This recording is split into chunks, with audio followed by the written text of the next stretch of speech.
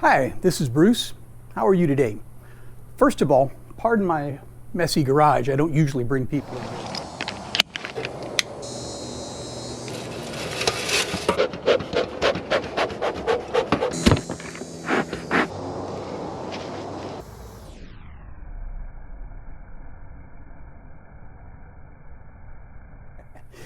All right, my last video, which was filmed yesterday, you saw me dealing with a pretty mean beehive.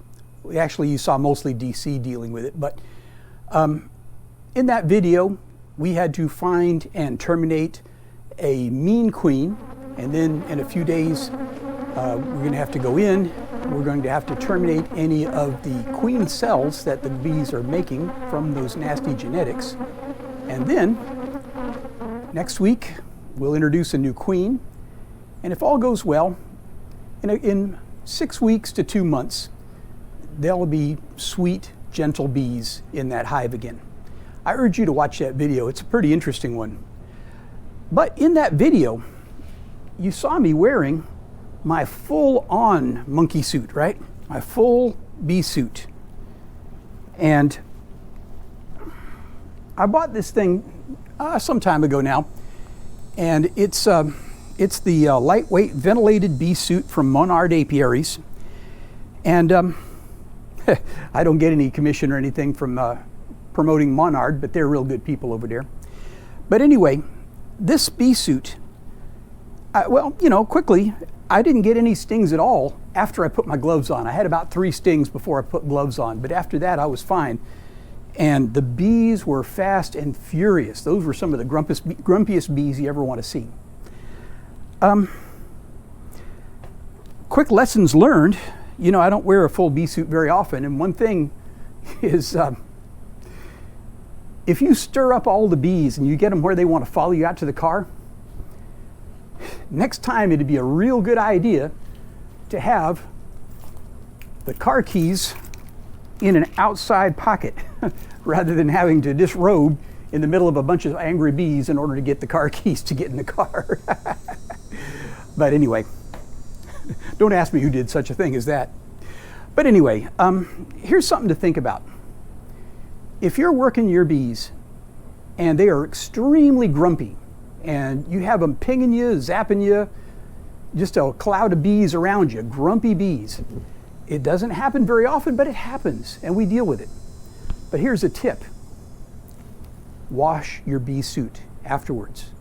Wash your bee suit afterwards. Now, this one here,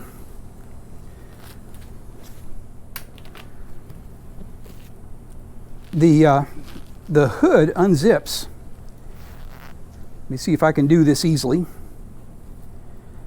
And you should never wash the hood in the washing machine because that's no bueno. Okay, as you unzip this thing, there's only one side you can do. You see how that looks? The other side's got little stoppers on it. You can't really take them off on the other side.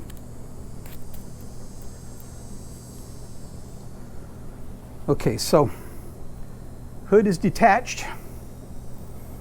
Now the hood says right on it, warning, do not machine wash this hood. Detach and hand wash only. Okay, we'll do that. Now, I don't have anything else in the clothes washer. I'm only going to wash the suit by itself.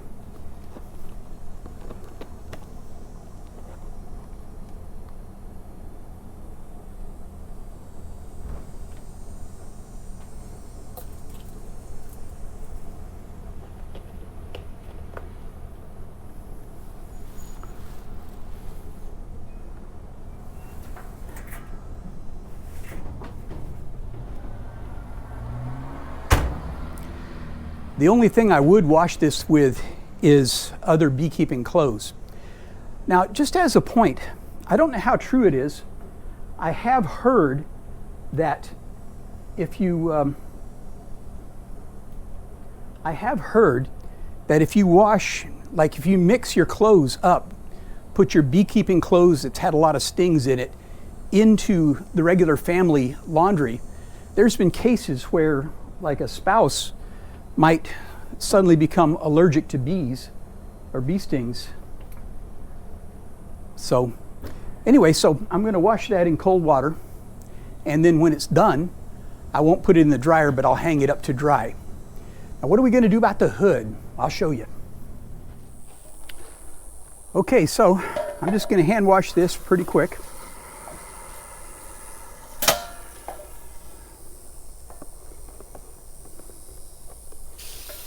Use a little bit of dishwashing liquid with it.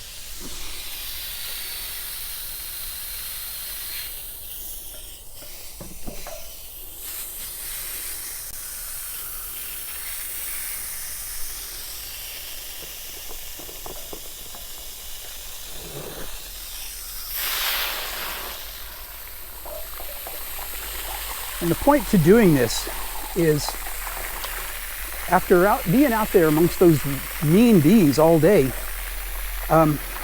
there's a lot of pheromone in this suit. And I'd rather not have the pheromone on here. So I'm going to wash it. It's simple. It's not really dirty looking per se, but it's all about getting that pheromone off. All right, so that's pretty much it. You just wash it, and then you can put it all back together and be done with it. All right, this is Bruce, just a quick tip.